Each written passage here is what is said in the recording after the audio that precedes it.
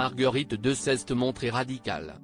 En février dernier, la Cour de Danemark annonçait que la reine âgée de 84 ans allait être opérée du dos, bouleversant ainsi son agenda pour les mois à venir. Absente au couronnement de Charles III en mai dernier, puis invisible lors de la confirmation de son petit-fils Henrik en l'église danoise de Paris, la reine de 83 ans a dû observer une longue période de convalescence.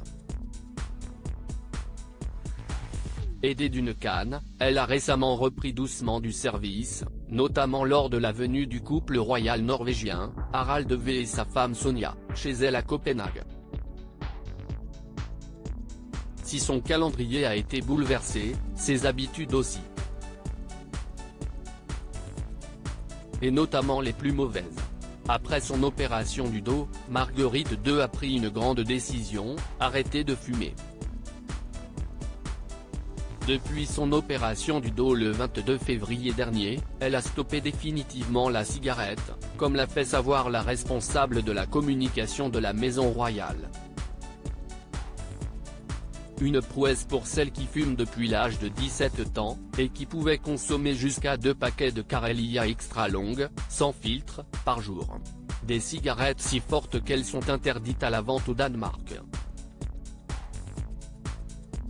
La famille royale de Danemark en image et si Marguerite II l'a fait, pourquoi pas vous? Une bonne résolution saluée dans la presse danoise, et qui pourrait servir d'exemple.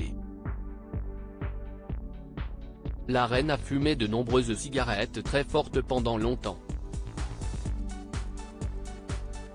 Certaines personnes pourraient penser que si elle est capable d'arrêter, je le peux aussi, explique Charlotta Pisinger, professeure de prévention du tabagisme à l'université de Copenhague dans les colonnes de B. Marguerite II ne semblait pourtant pas prête d'arrêter de fumer.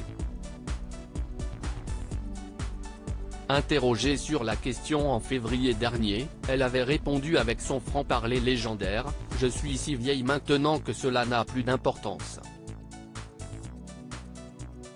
Il est possible que ses médecins l'aient poussée à arrêter avant sa lourde opération du dos.